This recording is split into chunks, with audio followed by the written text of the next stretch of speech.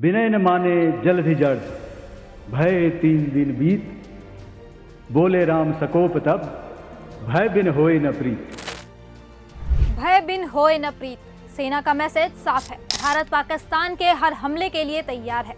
Turkish drone हो या फिर चाइनीज, भारत सभी को मार गिराने की ताकत रखता है। भारतीय सेना ने पाकिस्तान को एक बार फिर उसकी सही जगह दिखा दी है। हमने दिखा दिया है कि किसी भी तरह की टेक्नोलॉजी का सामना करने के लिए हम तैयार हैं। दरअसल पाकिस्तान के खिलाफ ऑपरेशन सिंदूर पर भारतीय सेना ने सोमवार 12 मई को लगातार दूसरे दिन प्रेस कॉन्फ्रेंस की। इस दौरान आर्मी से DGMO lieutenant general Rajiv Ghai, navy से वाइस एडमिरल एएन प्रमोद और एयरफोर्स से एयर मार्शल अवधेश कुमार भारती ने ऑपरेशन सिंदूर पर 32 मिनट तक जानकारी दी। इस प्रेस कॉन्फ्रेंस में सेना ने पाकिस्तान को साफ चेतावनी दी। एयर मार्शल ए के भारती ने कहा, ये स्पष्ट शब्दों में कहना चाहता हूं कि सभी मिलिट्री बेस सिस्टम ऑपरेशनल है और नए मिशन के लिए तैयार है। कहने का साफ मतलब था कि अगर पाकिस्तान ने अब कोई नापाक हरकत की तो भारत उसे किसी भी कीमत पर बर्दाश्त नहीं करेगा। पाकिस्तान को अब मुंह तोड़ जवाब दिया जाएगा।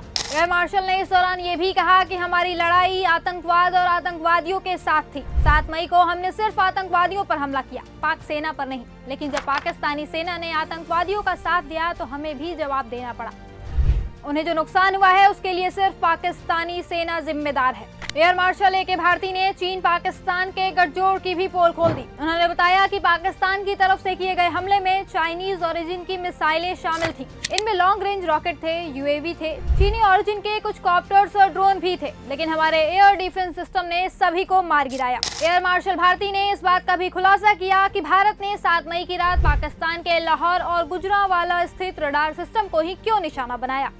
उन्होंने कहा कि ऐसा करके हम पाकिस्तान को ये बताना चाहते थे कि उनके मिलिट्री ठिकाने हमारी पहुंच से दूर नहीं थे। भारत के इस हमले के बाद 8-9 मई को पाकिस्तान ने भी ड्रोन और एयरक्राफ्ट से हमारे बॉर्डर पर हमला किया था और मिलिट्री ठिकानों को निशाना बनाने की कोशिश की थी, जिसे सेना ने नाकाम कर दिया।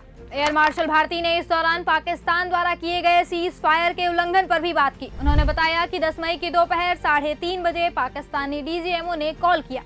इसमें तय हुआ कि 7 बजे के बाद से कोई हमला नहीं किया जाएगा और अगली बातचीत 12 मई को होगी। लेकिन पाकिस्तान ने बातचीत के 3 घंटे बाद ही सीज फायर तोड़ दिया। उसके बाद हमने पाक को संदेश भेजा, कहा कि 11 मई की रात तक इंतजार करेंगे, अगर कुछ किया तो बड़ा प्रहार करेंगे।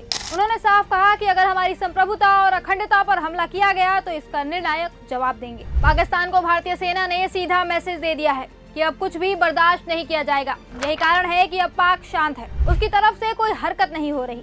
भारतीय सेना किसी भी तरह की मुसीबत का सामना करने को तैयार है, हमेशा थी। हमारी सेना तो युद्ध के लिए भी पूरी तरह से तैयार थी, पूरा देश तैयार था। बस ऐन मौके पर मोदी सरकार ने धोखा दे दिया। अगर मोदी सरकार ने अमेरिका के सामने झुकने के बजाय थोड़ी हिम्मत दिखा दी होती तो शायद आज पीओके हमारा होता। हमारी सेना पीओके में बैठकर जीत का जश्न मना रही होती।